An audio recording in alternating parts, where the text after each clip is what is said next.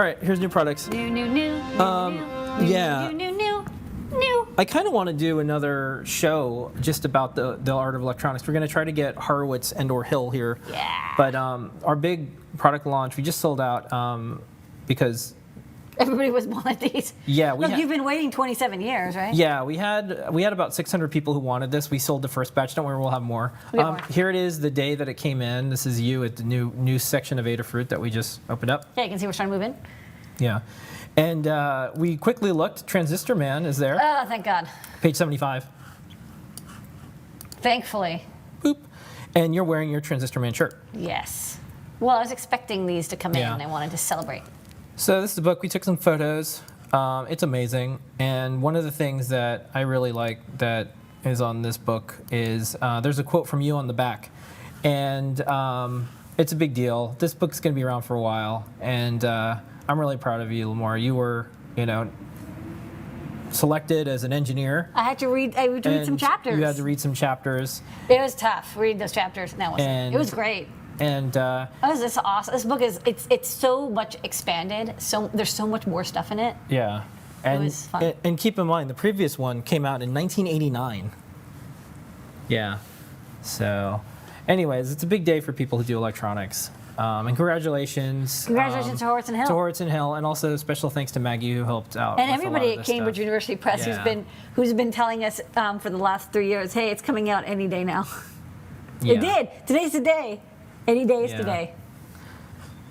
So let's go on to the next thing. We have some new filaments. These are NinjaFlex? These are NinjaFlex. These are some different colors. We went over these a little bit today on the wearable show, so you can watch that, or you can just know that this is lava. This is like a fluorescent green. This is like this glass. It's kind of it's a translucent. It's a translucent material. Water. And then we have gold sparkle. Yeah, then we have gold sparkle, which actually matches the gold of the art of electronics. Sorry. Yeah. Look, it's the same gold sparkle. So you can, somebody should actually 3D print art of electronics. Like if you don't want one, you just 3D print the cover. Okay.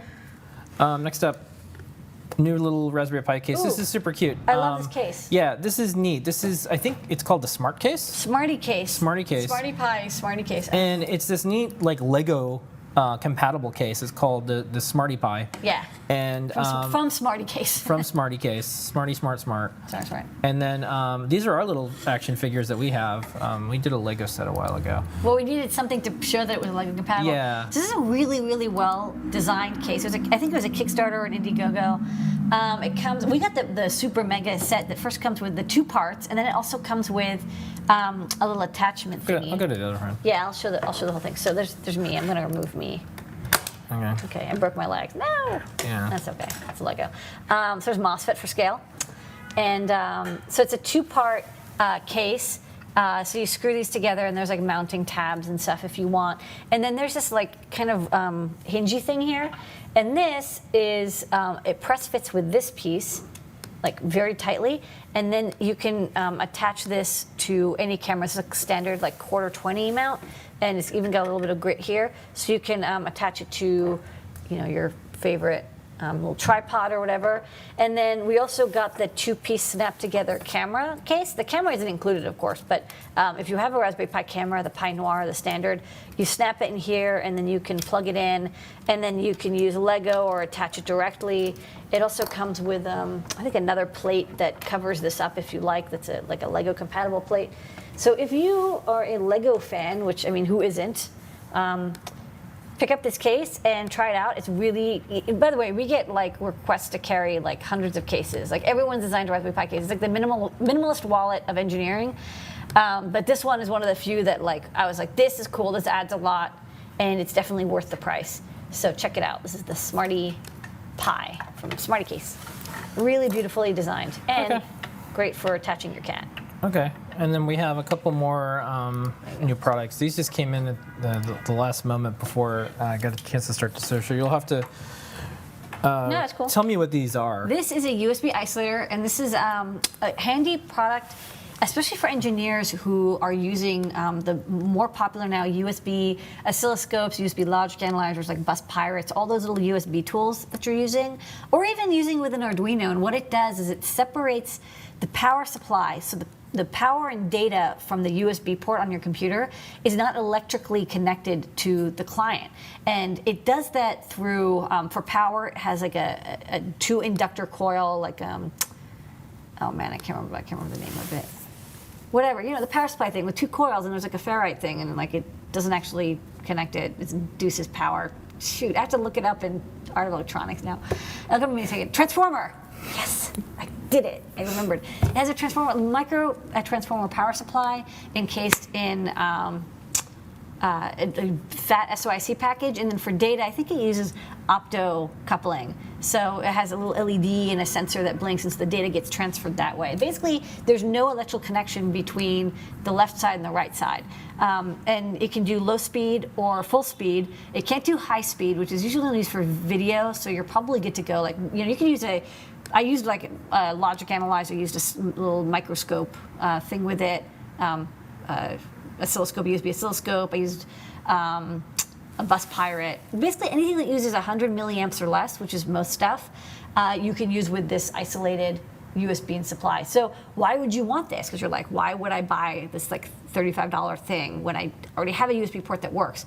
Well, what happens is if you have a USB logic analyzer, bus pirate, or oscilloscope, and you're probing around in your Nixie clock, because you're making a Nixie clock, the ground that's on the oscilloscope, the USB oscilloscope or logic analyzer, it's connected to the earth ground, which is connected to your computer, and usually also to the ground plane on your computer. And sometimes there's protection, and it's not a problem, and you're not going to frazzle it. But it's possible that if you backfeed power, or you backfeed you connect the ground voltage to 100 volts or something, you'll really fry the hell out of something, and you can easily damage your USB port. And possibly, if you really do something totally crazy, you could possibly damage your main board. Although that's less likely, but you'll probably fry your USB port. Kind of sucks, especially if you know that you're going to be doing high voltage stuff, like over 25 volts or something, with one of these USB oscilloscopes. I really recommend getting an isolator, because why not? You just connect it through, everything works as normal, but you can see there's no connection. There's a ground plane on the left, ground plane on the right, all the power and data go through the 2 chips. So it's a handy accessory. If you have a really fancy USB oscilloscope, it might already have isolation built in, so check in. But a lot of them do come with big warnings that say, warning, the ground on the oscilloscope is like earth ground to your computer. So yeah. Is this one of those times where you built something for you and you thought it would be good for everybody? I think it is really useful for me, but I also just we're starting to carry more USB logic analyzer and oscilloscopes, and I understand why they didn't put an isolator in. It adds a lot of expense, and it is bulky. I just think it's a wise idea, because they often don't have anything to really protect you if you do something foolish with the ground probe. Yeah. Okay. It's a good idea. I don't know. Maybe you need it, maybe you don't. It's available. Okay. Just slot it in, put it in between, and you're good to go. Okay. So that's explains. It's a complicated thing. All right, next up. This just came in at the last moment, too. This is... Little motor driver. It's a little dual H bridge. I didn't get a chance to get the video, but that's okay, because we can show it from here, because this is what it can do. Oh, sorry. Don't connect it there. Oh wait, sorry, the ground wire came loose. Hold on. Okay, so this is a TB6612 dual H bridge, and we use these on our motor hats and motor shields, so you're probably familiar with this chip there. It's rather nice in that it's a motor driver chip that can control 4 solenoids or 2 bidirectional motors, so you have 2 motors you can control either way, or 1 stepper motor, either bipolar or unipolar. And it can do 1.2 amps per phase, 3 amp peak, so it's really good for most hobbyist electronics, and the motor can be 5 volt to 12 volts. So it covers kind of the nice wide range of voltage and current requirements that most robotics need. And so usually we toss 2 of these onto a motor shield or a motor hat. But there's many people want to connect multiple ones, or you don't want to buy a whole motor shield. Maybe you just want to control 1 stepper motor.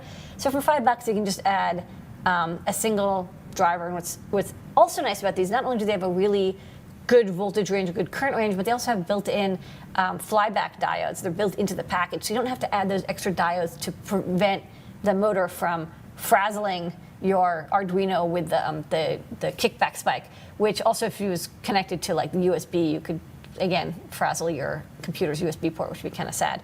But that's built in, so you don't have to worry about that at all. So, you power your motor from 9 volts, you power the logic from 3 or 5 volts, and you just pulse the phases as necessary. We show an example in the tutorial using the stepper library that comes with Arduino, but like almost every single microcontroller platform has an example on how to control steppers with an H-bridge. So it's just nice. Okay. It's on a little breakout board. Very easy to use. Yeah. You can see a nice little flag Well, proving that it's moving. yeah, that's the new products for tonight.